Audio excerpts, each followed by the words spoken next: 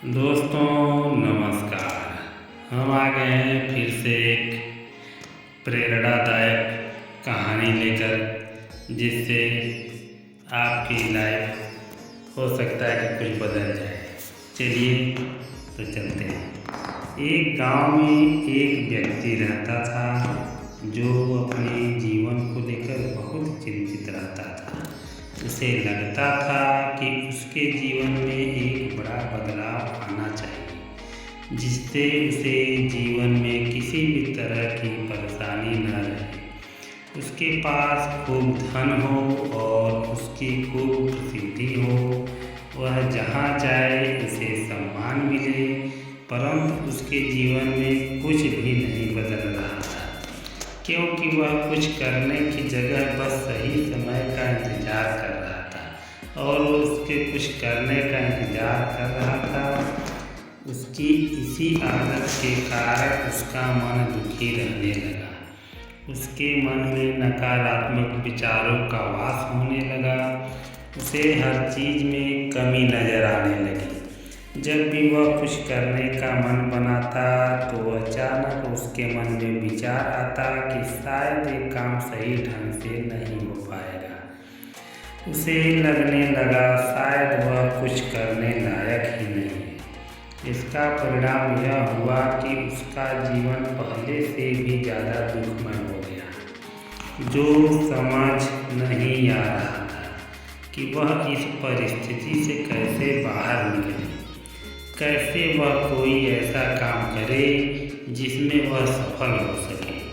दिन बीतते जा रहे थे, लेकिन उसे अपनी इस समस्या का कोई समाधान नहीं मिल रहा था। उसी दौरान उसके गांव में एक साधु आए, जिनकी प्रसिद्धि दूर दूर तक फैली थी। सब ऐसा कहते थे कि उनके पास हर समस्या का हल है, मिल जाता है।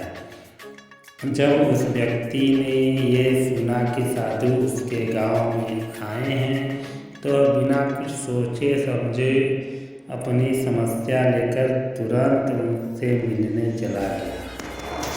साधु को प्रणाम कर उसने अपनी समस्या बताई।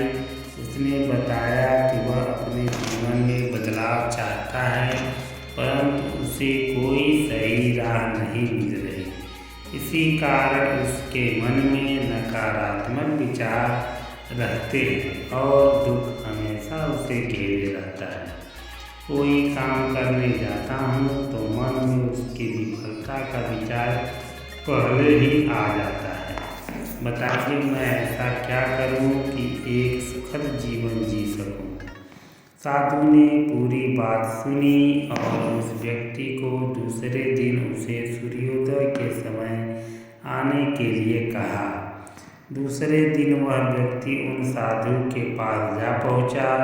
साधु पूजा पाठ के बाद सैर के लिए निकलने वाले थे। उन्होंने उस व्यक्ति को साथ चलने के लिए कहा। चलते चलते वे एक खेत के पास पहुँचे। गेहूं की फसल की तरफ इशारा करते हुए साधु ने पूछा, क्या तुम बता सकते हो इस खेत में यह फसल कैसे उगी होगी? जी, पहले खेत को जोता गया होगा, फिर उसमें बीज डाला गया होगा, उसके बाद समय समय पर पानी दिया होगा, तभी ये फसल उगी होगी। उस व्यक्ति ने पूरी प्रक्रिया बताते हुए उत्तर दिया। और थोड़ा आगे और चलने पर उन्होंने देखा कि एक खेत में घास ही घास थी। एक बार फिर साधु ने उस व्यक्ति से पूछा, क्या तुम बता सकते हो इस खेत में यह घास किसने उगाई होगी? महाराज, घास कौन उगाता है? ये तो अपने आप उग जाती है। जब खेत में किसी और चीज़ का बीज नहीं डाला जाएगा तो घास ही उगेगी। जब व्यक्ति ने एक बार फिर से साधु के प्रश्न का उत्तर दिया, बस तुम्हारे इन्हीं उत्तरों में तुम्हारी समस्या का हल छिपा है। साधु ने उस व्यक्ति को समझाना शुरू किया।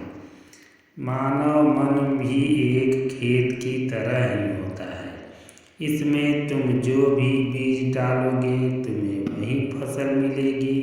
अगर तुम इस पर काम करते रहोगे, इसमें सकारात्मक के बीज बोते रहोगे, तो ये तुम्हें सफलता की ओर बढ़ाएगा। और यदि तुम अपने भविष्य की चिंता में वर्तमान का समय भी नष्ट करोगे, तो दिमाग में नकारात्मक की वृद्धि होगी। बदलाव तभी संभव है जब हम व्यर्थ की चिंता को छोड़कर और सही समय का प्रतीक्षा न करते हुए अपने वर्तमान में ही वो करें जो हमें करना है। उस व्यक्ति को ये बात समझ में आ गई कि अगर मन को सही दिशा में लगाना है तो उसे सही दिशा की तरफ बढ़ाना होगा। मन रूपी खेत का सही प्रयोग ही जीवन में बदलाव ला सकता है।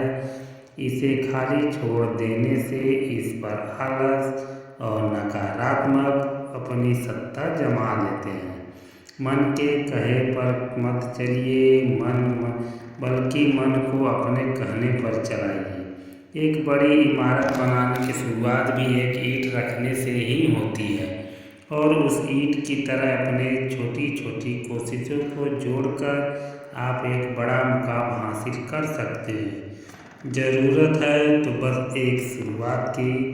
दोस्तों, मुझे ऐसा लगता है ये बदलाव की कहानी कई लोगों के जीवन में मिलती जुलती है। इसमें से कई लोग ऐसे होते हैं जो आज का काम कल पर या यूँ कहीं हमेशा के लिए टालते रहते हैं। इसके साथ ही शिकायत भी करते रहते हैं। तो आप लोगों को अगर यह पसंद आया स्टोरी तो आप लोग लाइक सब्सक्राइब जरूर करें। धन्यवाद, नमस्कार।